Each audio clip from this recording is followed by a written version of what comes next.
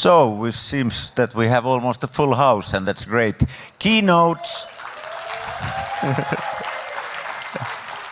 Keynotes are called keynotes because they deal with crucially important matters, issues, and crucially important for our profession, for our industry, for our sport is, of course, gender equity in snow sports instruction.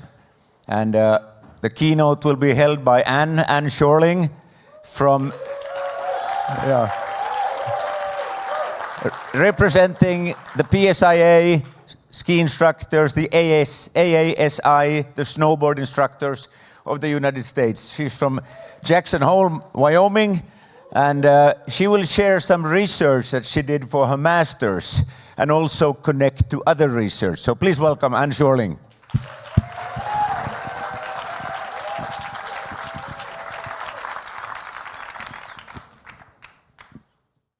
Thank you all for coming. Thomas, who is one of the tech wizards up there making these things happen, just told me that this is the biggest turnout they've had for any of the keynotes this week.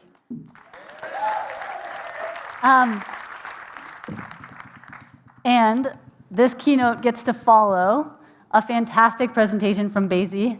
They want me on stage. They don't like it down here. Okay. Okay. Better? We're good? Oh, I still have my tag on. Who let me up here? Okay. Oh, no! Put it back on, just leave it. All right. Thomas, this is Thomas who told me that.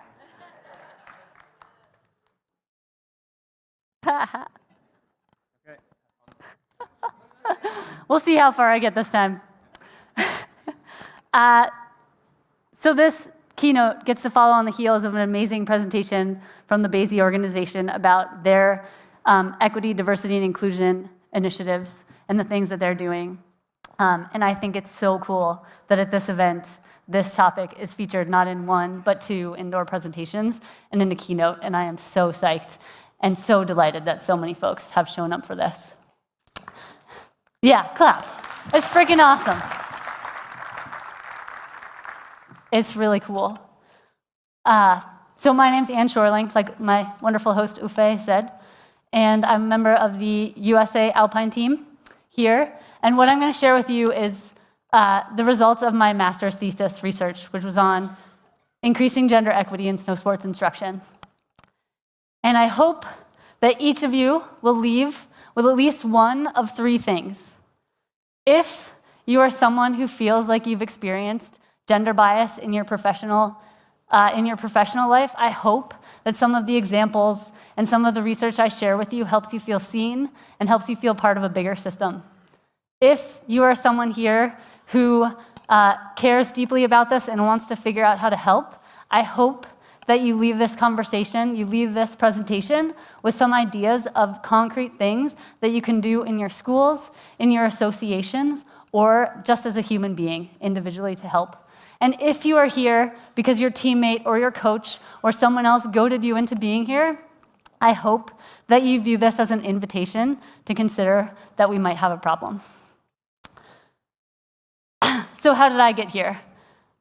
My journey to getting on this stage and to caring passionately about this topic really started 4 years ago at this event at Interski in Pamparovo in Bulgaria, when my 4 wonderful teammates and I did what we're pretty sure was the first ever all-female technical demonstration at an Interski. There were 5 of us, and we represented 1/3 of our Alpine team. We were proud. We were terrified.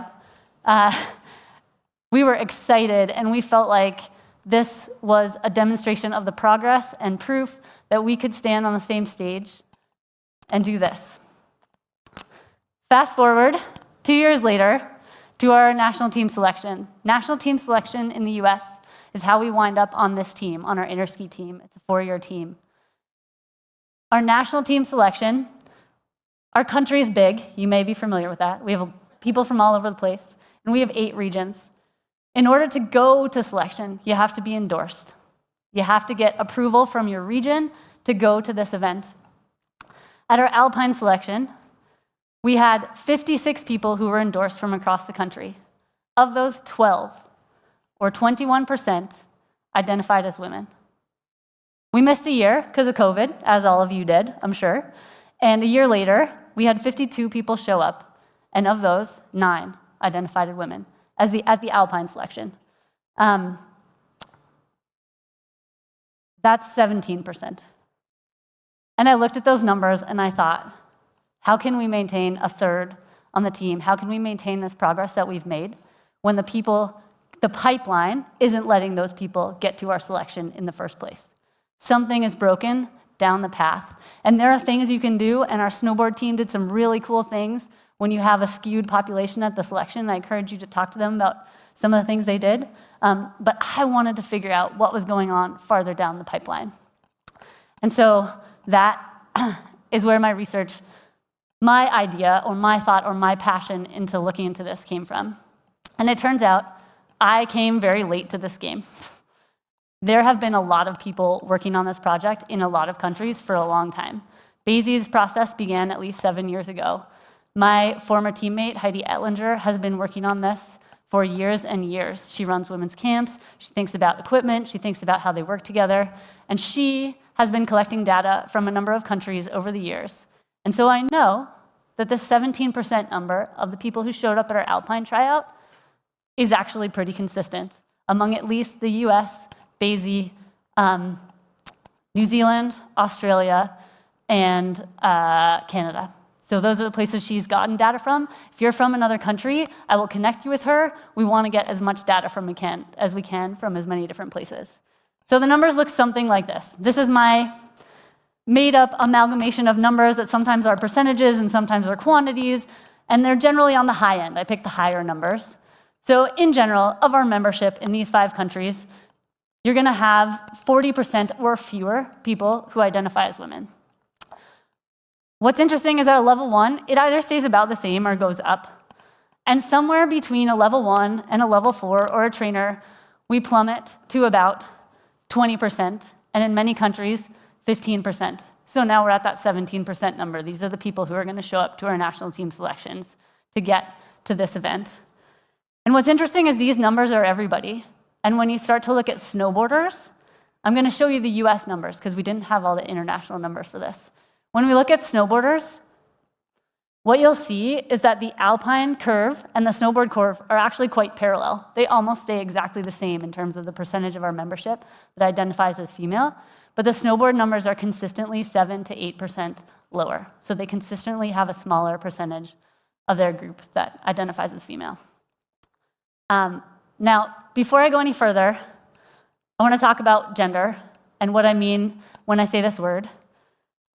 And I'm going to share with you the genderbread man, just to help clarify what we're talking about, right? So anatomical sex is what we're born as. Those are the body parts that we have. It's what the doctor writes on your birth certificate.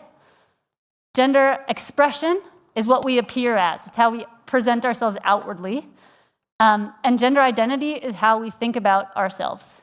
Each of these exists on a spectrum, and often not even a straight spectrum in many different ways.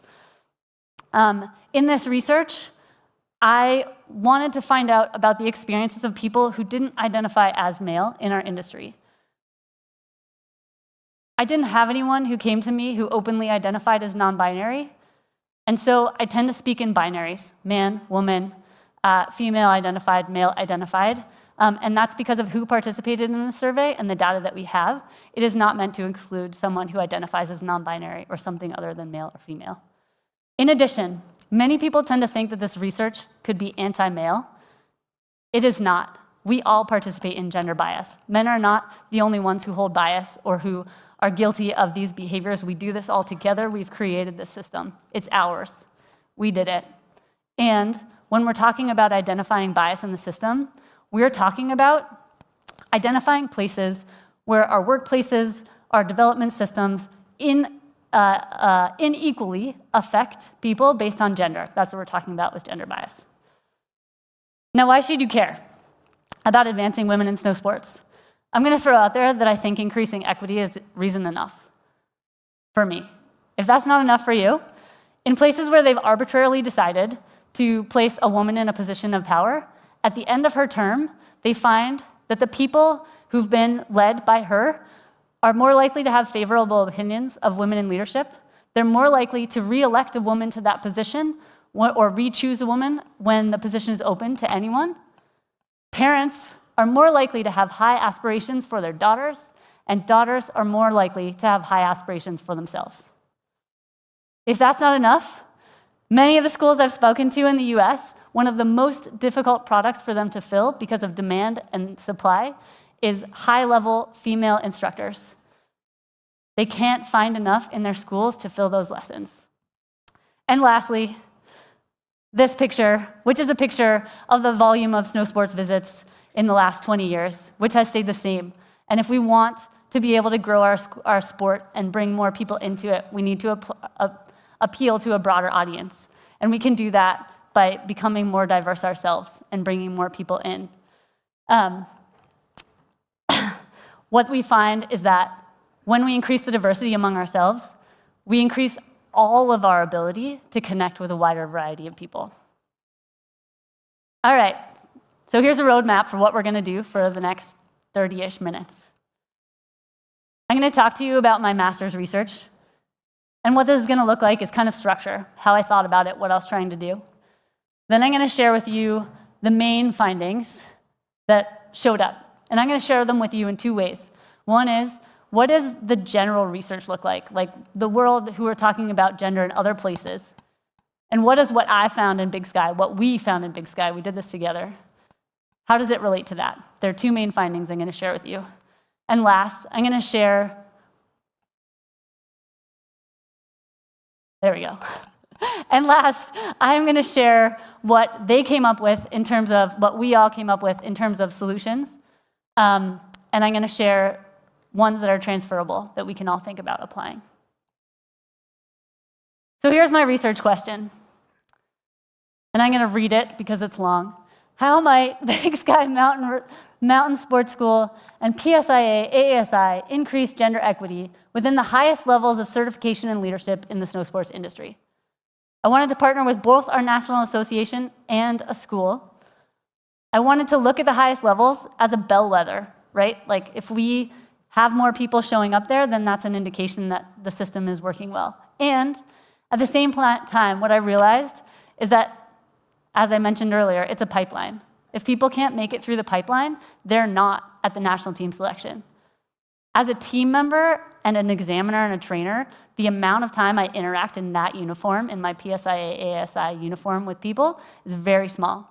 But they spend a lot of time at their schools. And I wanted to find out what is happening at the school level. What are people's experiences actually like? I also have read a lot of research that talks about what the problems are, and I wanted to find a way to make change. So we're going to talk about problems, and we're going to talk about strategies that Big Sky is using to try to affect change. And last, I realized that in talking about this, I have talked to many, many people who want to make a difference, men and women, who believe we should have more gender equity at the highest levels of our industry. And I've talked to many, many women who have experienced gender bias. So there's a high awareness and a high willingness to change, and yet things hadn't been changing for a while. So what I wanted to find a way to accomplish was, how do I give men proximity and a deeper understanding of what gender bias feels like so that they can participate in the change and do this all together? So to do this research, I picked Big Sky Resort, and they sort of picked me because they were willing to do it with me. And I picked Big Sky for some very specific reasons, and I will show you them. First, Christine Baker is the Vice President of Mountain Sports. She is an examiner, an Alpine examiner, and she was willing to go with me on this journey. The second are my two fabulous teammates, Brenna Kelleher and Zoe Mavis, who are both on the Alpine team. They are examiners, and they are the coaches of the examiner staff for their region. The fourth is Jill Chumbly. Jill, all four of these people are in this room, I think, by the way. Jill Chumbly is the Director of Education for their region, Northern Rocky Mountain. She's an examiner and a trainer at Big Sky. And I thought, okay, here's a school that's generating some really top talent who are women, so they've got to be doing some things right. So maybe I can find what the magic sauce is that's helping us get these people up here. And if there's gender bias in their system, I thought it might be more likely to be transferable. So there's Big Sky. So here are my methods. I had 2 methods that are involved in just gathering information. What are the stories? What's going on? The first one is a survey. I surveyed everyone, and I looked for differences in goals and requests and limitations based on people's identified gender, male or female. What are the stories? The second was a focus group that involved 8 people who identified as women, ranging in age from 20 to 65. We had 3 snowboarders, 5 alpine instructors. I wanted to hear some depth to the stories. What is going on? And the last is a method I'll talk more about later, which is a large group one designed to create community involvement and community problem solving in Big Sky. Let's talk about what we found. So I wanted to know what the limitations were in the workplace, right? If this is our pipeline, if we're looking at a workplace, I wanted to look there. And I found 2 things in Big Sky. 1, there is gender bias in the way we assign lessons to instructors. And 2, just being in the minority affected the development of women. Those 2 things. We're going to talk about them both. First one we're going to talk about is many lesson assignments rely on gender bias. And in order to understand this, we need to understand some things about gender expectation. So gender expectations are things that all of us hold. We all have associations with people based on gender, typically binary, about how they will react, how they will interact with us, and how they'll show up in the world. They differ slightly in cultures, but we all have some sort of gender bias. Gender, interestingly, is the first thing we remember about a person we interacted with. So we recall it really fast. So if I met Pam a week ago, and we were chatting, and someone asked me, who is that person who said this to you? I'd say, oh, it was a woman, and X, Y, and Z. That's the first thing I would remember. Before her race, before her height, her ethnicity, any other detail about her, I would remember that I thought she was a woman. So we have really strong associations with this. So here are man and woman. And when we think about men, and this is specific to the US and broader in other places as well, we think of men, we associate with them decisiveness and technical competence, agency, the ability to make decisions fast, the ability to make things happen. With women, we associate empathic and communal characteristics, high emotional intelligence, the ability to connect with people and draw them in. Now let's go back to how this shows up in lesson assignments. According to one of the participants in the study, which I think accurately describes the problem, we give lessons with technical difficulty to men and lessons with emotional challenge to women. I see some nodding out there. Yeah. And again, we're talking about professional development, right? So by a show of hands, raise your hand if in your country, in your certification system, the picture on the right is more useful in training for your level 3 assessment than the picture on the left. I see 1 hand.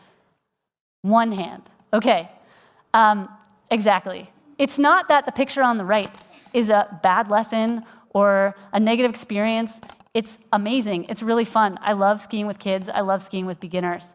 And if my goal is to pass my level 3 so I can increase my amount of lessons I get, so I can increase my reputation in my school, so I can make more money and move through the system, potentially travel internationally, be able to work in another country, I need my level 3 and my level 4 certification. And if that's what I get the majority of the time, it's a lot harder. My favorite quote from the entire research, I'll just share with you. This made it into my thesis, verbatim. Okay, so let's go back here, right? And let's think about what this looks like and where it comes from. So the first, most obvious place is coming from supervisors. There we go, showing up. All right, supervisors assigning lessons. They're the ones who are distributing the work. They're the ones who are passing it out. Here's what it looks like in practice. One of the participants in my study is a trainer, supervisor, very talented skier. In Big Sky, they have tons of steep double black diamond terrain. In order to lead people into some of that terrain, you also have to be a guide in the resort. She's also a guide. She sometimes moonlights as an instructor. She comes in, she helps out. So she offers this one day to come help out and teach a lesson. There are 2 available lessons on this one day. One of them is a guided lesson up on Lone Peak to take people into steep double black diamond terrain. The other is a 3-year-old. I don't need to tell you what she got. Why? Because it was a better fit.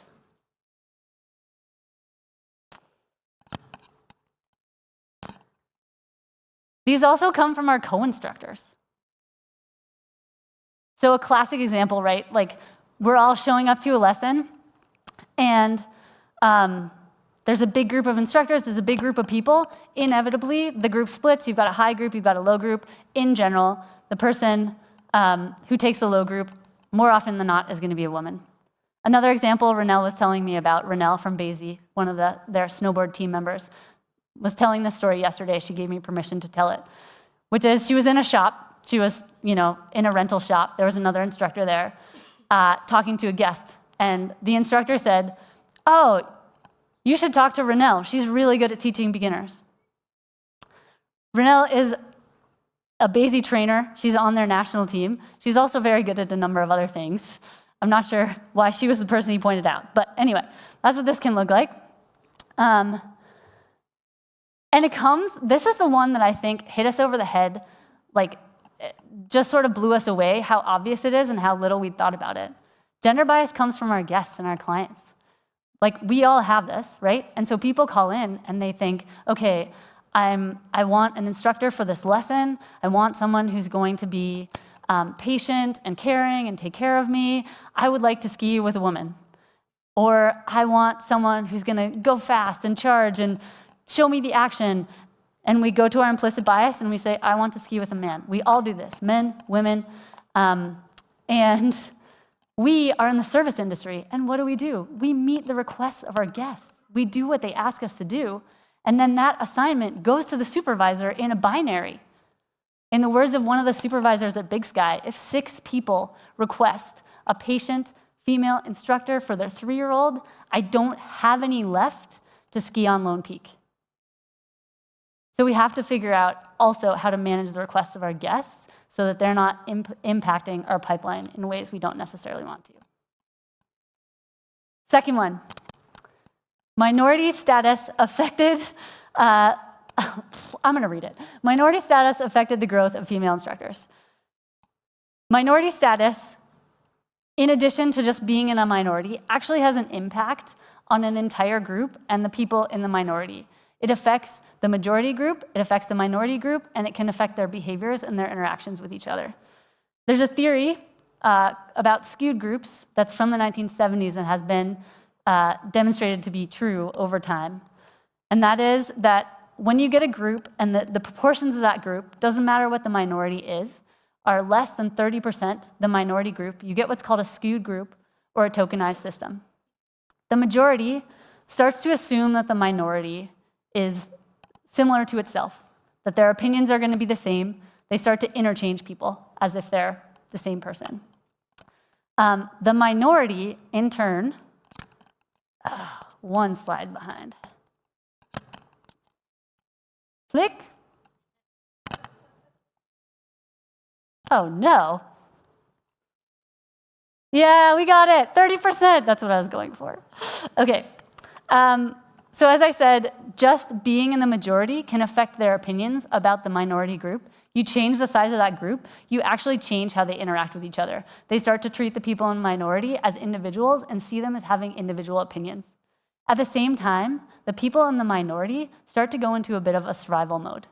They start to adopt the opinions of the dominant group. They tend to keep their opinions to themselves a little bit. And another thing can happen, which is called stereotype threat. So stereotype threat is basically any time there's something about my identity that could lead to a negative bias about me. Stereotype threat can exist. You can bring about stereotype threat simply by mentioning that people of this type tend to do better than people of this type at something. So you can bring it about by classically minoritized groups, or you can bring out stereotype threat in white men if you mention that people of color typically play better at basketball. And the outcome, when you have stereotype threat, there are a few really important ones. One, the group under stereotype threat will perform to a lower level. Two, the people who are experiencing a stereotype threat will tend to disengage and take a step back. So not only are they performing lower, they are actually becoming less engaged, less willing to participate, less willing to push themselves. When skewed groups get extreme, or when there is an extreme bias or what feels like an extreme risk, this tends to happen when it feels like the ceiling is impermeable, feels like we can't get to the next level. What we find is that it actually affects the relationships between people in the skewed group.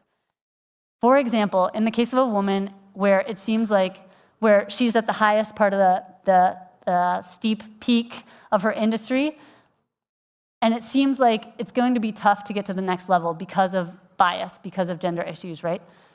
She has to choose in that instance between promoting herself, working for her own advancement, or working for the advancement of other women. Because in order to get to that spot, she's had to assimilate so much to the dominant group that it's a risk. It's like an identity risk to actually help other women. This can also happen where we start to view spots as limited. Like there's 2 spots. There's only 2 spots for women.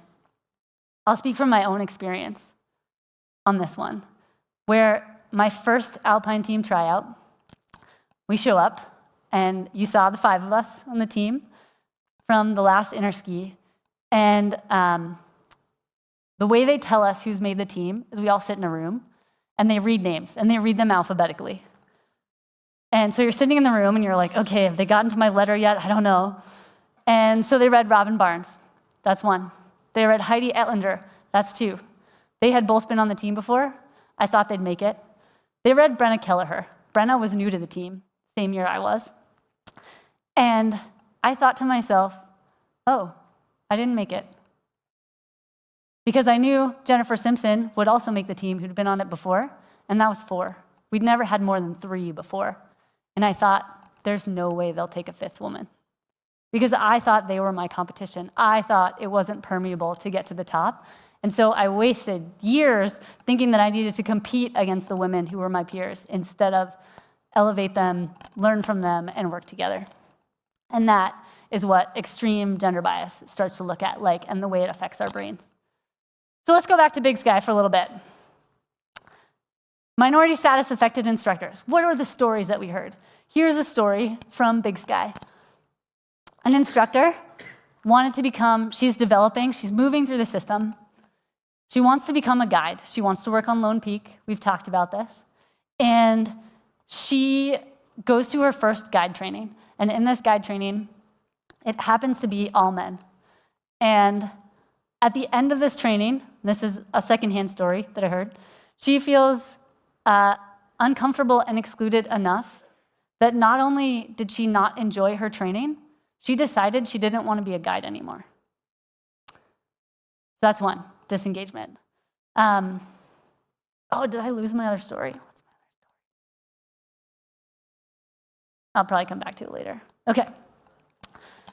Now here's the part that blew me away, right? I thought I was going to see these things. What blew me away is that minority status affected people differently depending on whether they were skiers or they were snowboarders. And it affected them differently based on what they wanted the school to do about it. Skiers.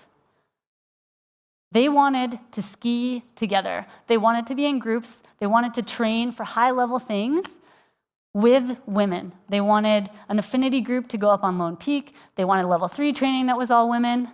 They wanted to have opportunities to train just with women. Not only that way, but they wanted that opportunity. Snowboarders said things like, I think it's offensive that they separate us. Or, I don't even want to focus on the fact that I'm a woman because it's clearly not getting me uplifted.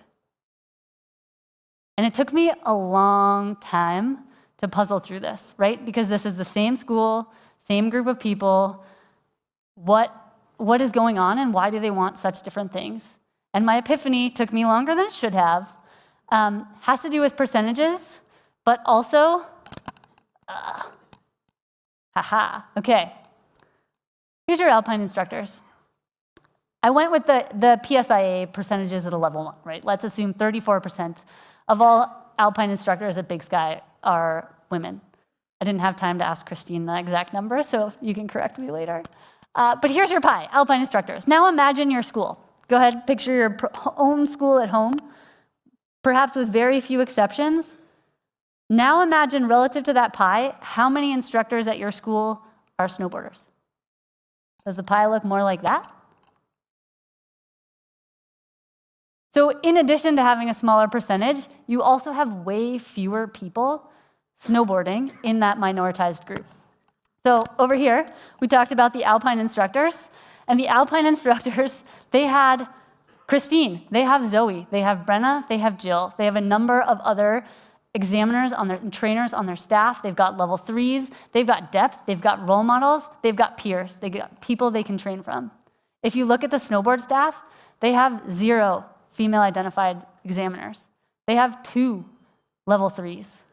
At the end of the season I did this research, they got 2 level 2s. They don't have peers. They don't have people they can go rip around with. I was talking to Melon from Canada, from the Canada snowboard team the other day. She said, there you are. She said, I'm the keeper of the numbers for the trainers. And I said, what do you mean? She said, well, the female trainers in Canada, they ask me what number they are. And I say, oh, you're 9. And I was like, what do you mean? She goes, 9th, ever. I just saw a presentation from Jeff yesterday, their coach. He said there are 600 trainers in Canada. 9, ever. Female identified snowboard trainers. It's a much smaller slice of the pie, and so what they need is different, and we'll talk about that in a second. So, the point being, the size and shape of the minority matters in terms of how we're going to support them. And so now, let's talk about what's next, and let's talk about first how we tried to solve this problem at Big Sky. So we're going to leave the findings for a little bit, and we're going to go back to how can we as a community start to address these things that we found that are so global and so universal, and that we all participate in. So we go to Big Sky. I mentioned I wanted to help the men in the school have proximity to the experiences of women, because I felt like this is a team problem. We're all involved, and we need to understand it in the same way. So what we did was we created a group method where people worked together. They were all volunteers. They knew it was going to happen. And it looked like this. If you identified as a man and you came into the room, we gave you a list of questions and a script. And we asked them to stay with the script for the entire time. And the questions were, can I ask you some questions about your experience as an instructor here? 2. Can you tell me about a time when you felt most supported as a non-male instructor in Big Sky? 3. Have you ever experienced any of the following? Unfair judgment, inequitable distribution of work, feeling excluded by a boys' club. There were a few other examples. They all came from the things I'd learned from the survey and the focus group, the things they'd told me. And if so, would you tell me a story? During the story, the question asker was only allowed to ask probing questions. What was that like? Can you tell me more? And at the end, the person who asked the questions had asked one of 2 questions. What bothered you about that? Or what did that threaten? And I learned earlier from asking these questions to participants that the answer was always, it threatened my sense of self, or it threatened my ability to meet my goals. Once they'd finished asking the questions, they said thank you, and they found another person to ask the question. If you came into this activity and you identify as female, you were allowed to ask the questions if you wanted. You could answer the questions, you could talk to whomever you wanted, and they went on like this for an hour. And the goal was, can people hear each other's authentic stories and have meaningful conversations and let the story play out? And can we, through the process of hearing, because they didn't hear just one person's story, they heard 6 or 7 stories. They started to hear the trends. And because women participate in bias, women heard these stories too. And what it enabled them to do was notice the patterns and the things that were happening and coming up. And it separated it from it being about me. Well, okay, maybe you didn't get that lesson because you're not, you're a trainer, but you're like not actually the best skier out there. Or it separated it from being about me and enabled them to hear the patterns. So after this, they engaged in a group problem-solving activity where they started to answer questions of what they were going to do. The first question they answered as a team was, what surprised you? What did you learn? The second was, what assumptions do we need to challenge in order to make change? And the last was, what needs to change and when? And here is what they came up with. So if we're looking at gender bias and lesson assignments, these are pretty actionable from a school level. The first is that they started to track actual lesson distribution. Data. Data is the weapon that Heidi, my former teammate, has been using to try to find out what do we actually look like, how many people are actually there, because we can't change it if we don't know our baseline. And now, when instructors come in and say, I've only been working with lower level lessons, the supervisor can validate that. They can also keep themselves honest and recognize that there's one person who's disproportionately receiving a certain type of lesson. One thing they talked about, and I'm not sure how far this got, although Christina and I have talked about many of these things, is setting goals with instructors. Because we tend to operate on a day-to-day basis. I need X number of instructors, I need this person to do this, and I need the best person to take this lesson in this moment. Instead of thinking about, how do I want to develop my instructors, or our instructors? How do they want to develop themselves? And can we give people lessons based on their aspirations and where our aspirations for them, so where they can go? So they started to think about lesson assignments, not as, how do we make money and match this the best way, but how can we advance our staff so we can fill the needs better in the future? And last, and this is potentially my favorite one, and seems to get the biggest reaction, they started to manage client requests. And they did this with a script for their sales staff. So now when someone calls in, says, I'd like to book a lesson, it's for my 3-year-old, and I would like to request a female instructor. The sales staff says, I'm sorry, we can't guarantee your instructor based on the gender of your instructor. Can you talk to me about what skills and behaviors you're hoping your instructor has? For the most part, Christine and I just talked about this the other day, for the most part, they haven't had pushback from guests on this. When they do, they back down, they'll grant the request, but for the most part, people just say, okay, here's what I want. And it takes the binary out of it for supervisors. So now supervisors aren't looking at a list of 6 lessons with 3-year-olds that all need a female instructor. They can make a choice based on the skills, and they have more flexibility. All right, let's talk about what I can do about skewed groups. And this one I have some question marks in here for. Gender balance and affinity groups. Gender balance refers to creating a group that's more equal. It's not a skewed group anymore. In the US, I know, for example, in assessments, for the longest time, we'd have 4 assessment groups going out on any given day. And we'd have, 6 women in the assessment groups. And so every group would either get 1 or 2 women in that group. So we've guaranteed that in an assessment setting, they are performing under a stereotype threat. Every single one of them who's at that assessment, and they are going to underperform because they're in such a dramatic minority.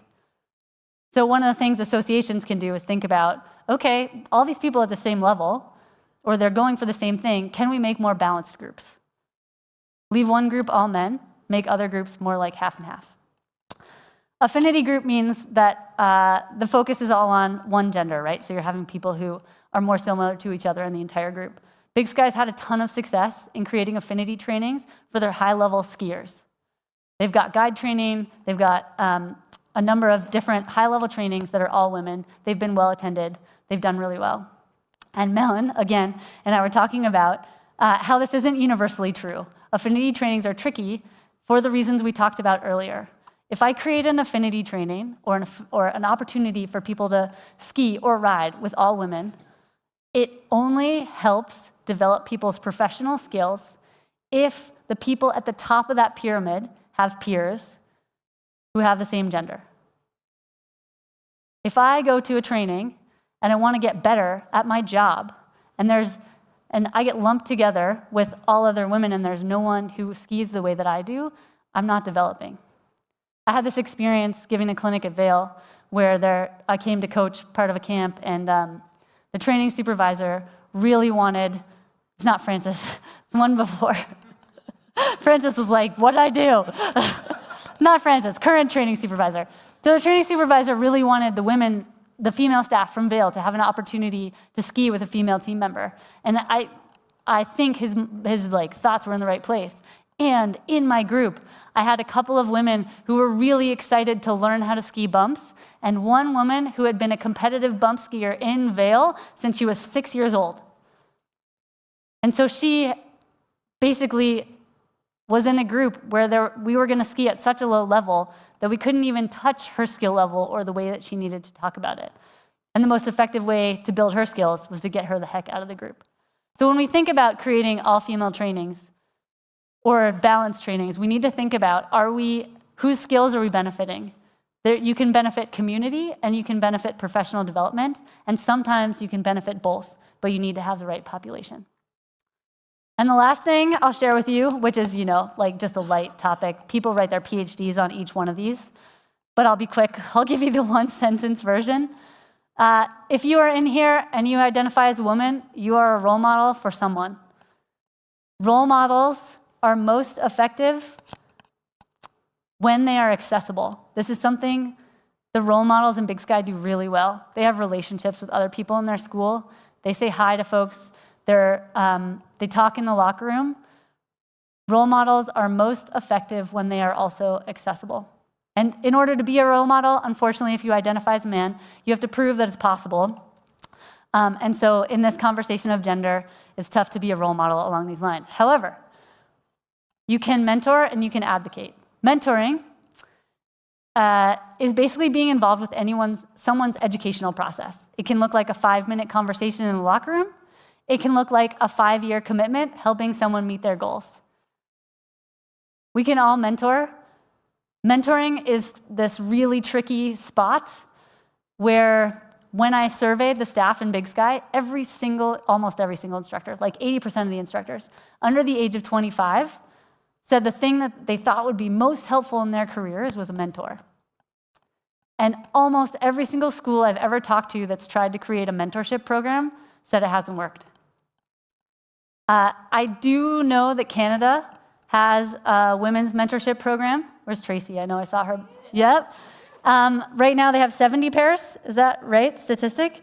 And so if you're in your association want to get a mentorship program, Canada is your best place to go to because they are currently doing it. Josh Fogg is the training manager at Aspen. He's talked about their mentorship programs and when they work. His advice would be give people choice in the pairing of the mentee and the mentor. Make sure there's a goal and make it time-bound. That's the Josh Fogg advice. And finally, advocacy. To advocate is to promote a person or a cause. When we advocate, anyone in this room can be an advocate, and sometimes the person doesn't even know you're doing it. And sometimes we don't even know we're doing it. For me, I can tell you what advocacy has looked like in my life. Think 12 years ago, when I was pretty new to teaching skiing, a member of the current national team, not currently on the team, but at the time, said to me, "Hey, you're really good at this, you should keep going." I had no plans of being a ski instructor in that moment. That one sentence changed my life. I would not be here. Another example of advocacy is standing right here on the stage. Our former CEO and our director of education found out that we had an opportunity to apply for a Keynote, and they reached out to me and suggested that I apply. It would never have crossed my mind to stand on this stage in front of I don't know how many people at Interski and talk about my graduate research. Not on my radar. And I'm here, and also our head coach, Jeb, who's sitting there right there.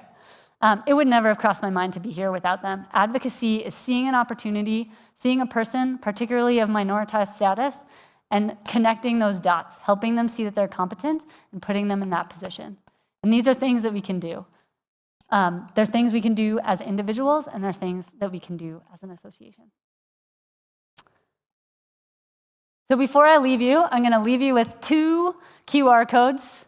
One was formulated at the fabulous presentation by Renelle and Charlie yesterday for PSIA, which is the one on your right, no, your left, which is the idea of creating a WhatsApp group for folks in the international community who are trying, like, Canada has their amazing mentorship program.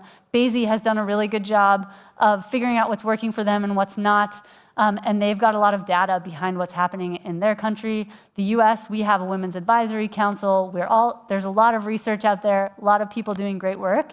This is just a way for us to start communicating before we try to move it somewhere else, because a WhatsApp group is going to get annoying. But we're starting there. The second one, you can all thank Melon for. She actually wants to read my thesis. It's over 100 pages long. If you want my sources, if you want to read what I wrote, it's all here. Yeah, that's that. The last announcement that I'll leave you with is a reminder about the Women's Pass that my wonderful teammate Brenna Kelleher has been working her tail off to make happen. The idea is to get all of the female demonstrators at this event up on the hill at the same time so we can ski down together tomorrow night. There'll be an announcement. I don't actually know what time it's happening, but keep your ears open because we're very excited to ski with all of you. And with that, I will say thank you and ask for some questions.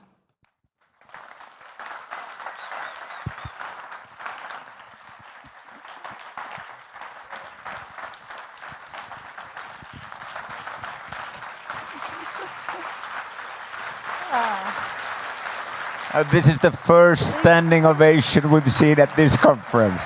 Great. Good job. Thank you. Good job.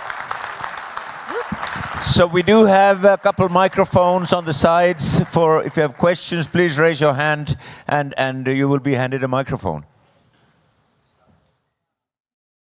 Don't be shy. Any questions or comments around? There's one over there. Hello, I'm Salla. Maybe you have met me already. So I'm working here for this event in the LOC team, and I'm also the coordinator of Finnish National Association of Snowsports Instructors. In Finland, the situation with this gender equality is pretty good, and I've never faced any doubt of me being able to run our association. But yesterday, I would like to tell you something positive, but well, it wasn't that positive. I was attending PSIA General Assembly. I represent one of the 2 votes that we have. And they were pretty much crowded in front of the doors. So our seminar assistant here was asking the officials to get in first, and then the audience could go on the top part of the auditorium. So I was trying to squeeze myself in, and there were people in front of me, and they gave me elbow, and they said, "Hey, only officials." I said, I am official, even though I'm a blonde and I'm a woman.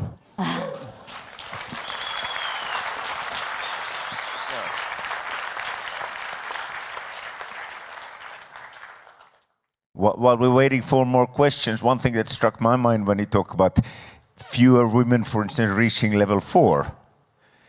And then you talked about a little bit categorizing, talked about different traits of men and women. What is level 4 for us? Is that sort of a technical male a qualification thing? Or should level 4 be extraordinary good children's teachers, can play games and tell stories? Do we measure this for ski instructors when we want to raise their level? Or do we just look, are they good enough for the demo team? Ann is on the demo team, by the way. I forgot to share one cool part of the research, and I meant to do it. So I'm going to go back and tell you this story too.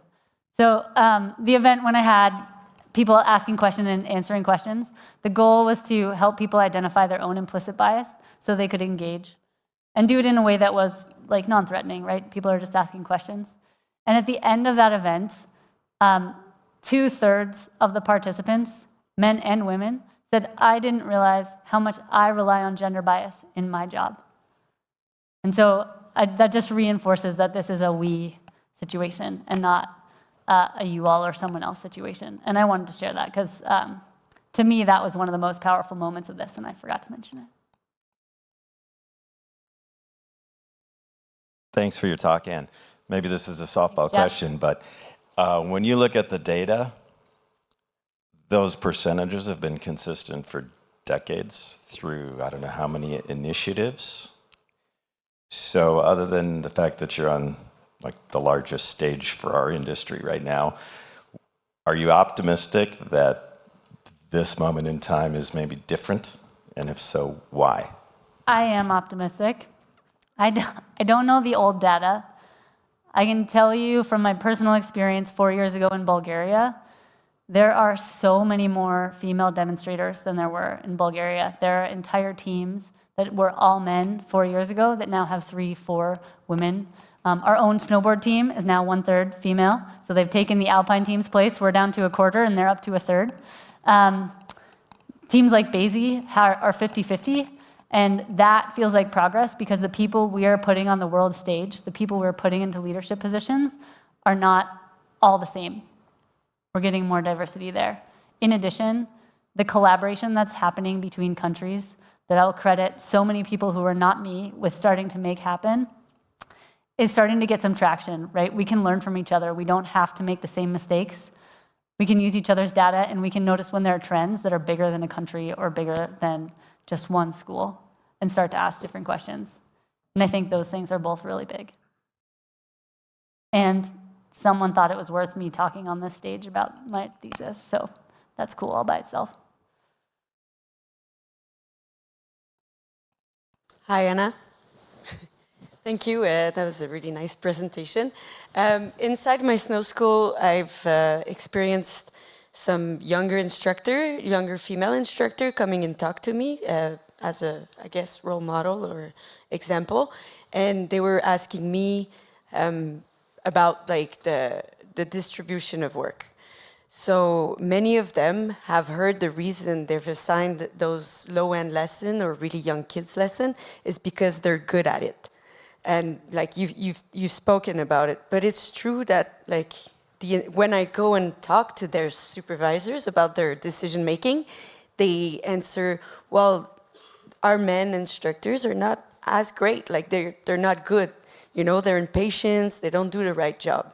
So I'm thinking about, would it be a gender bias if we decide to give extra training to new male instructor that we assign to low-end lesson and young kids? Or would there be another solution for it to, yeah, cheers.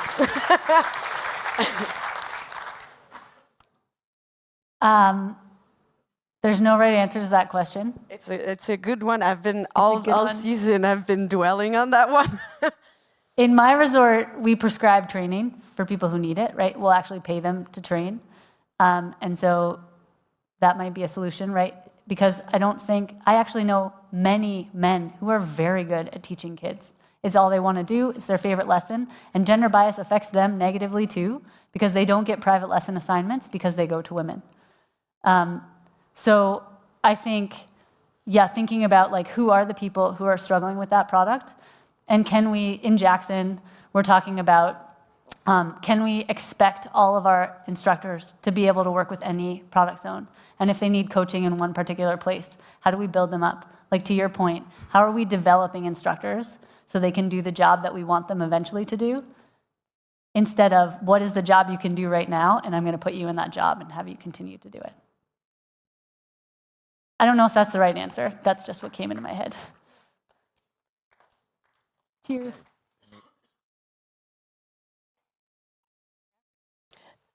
Hello. I have two questions for you. One is, did you remember the anecdote that you couldn't call to your mind during your presentation? The second question is, have you looked at this at all through the cross-country portion of PSIA-AASI? Such a good question. I did remember the anecdote. I'll say that in a second. I didn't. The reason I even picked gender in the first place was because I wanted to make change, because I wanted to study the actual humans in the system. I needed to pick a minority that was big enough that I could work with a bunch of people in that minority. And cross-country at Big Sky is a small enough group of people that I didn't feel like I could do that research. So I don't have numbers about cross-country. And I don't know, I think the Women's Advisory Council has some numbers, but I can find out more about that for you. The anecdote that I forgot is actually a good one. Okay, so what happens when you take a gender bias in a lesson assignment and a stereotype threat? And this actually goes right back to your question.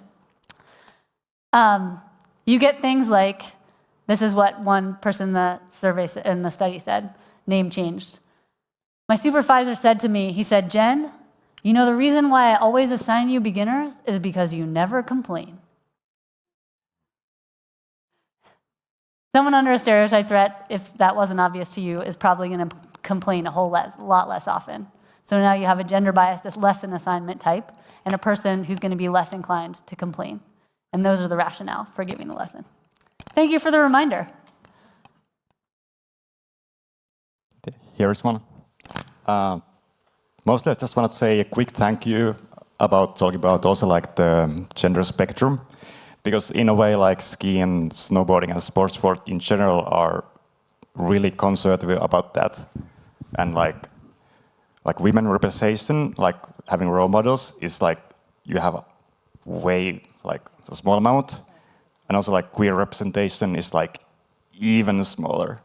So thank you for talking about that as well. Hi, I'm Morten from the Danish Ski Association. Okay. I was going to say, I know what Morten looks like. I skied with him today, but I don't know where he is. Yeah, thanks for a great lesson, Ann. Thanks. No, it's just a comment. A year ago or a year and a half ago, we were deciding the composition of our demo team.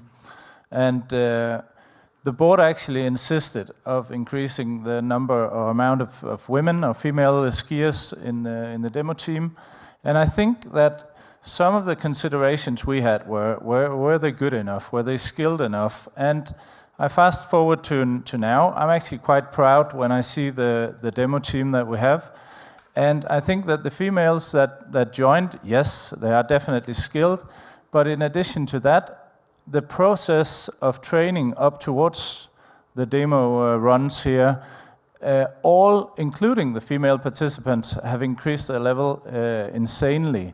And now they're going back as role models with an even higher level. So if you're in doubt, well, if we don't let them in, they won't grow as much as the rest of the demo players. So yeah, we're quite proud to see our female skiers alongside the male skiers, and it's a good investment.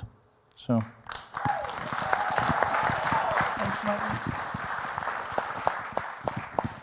So unfortunately, we're running a tight ship here with a lot of presentations and a lot of sessions, and we need this auditorium pretty soon for the next one. So time for one more question way back up there, and then we need to close shop here. Got to run with the microphone. Hi, Matthias Rahle from Austria.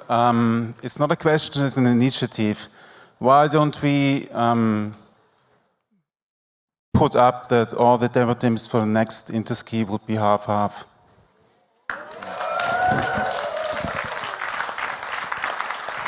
So, Thanks everybody, and thank you, Ann, for an excellent presentation on a very, very important topic. Thank you for coming. Good job.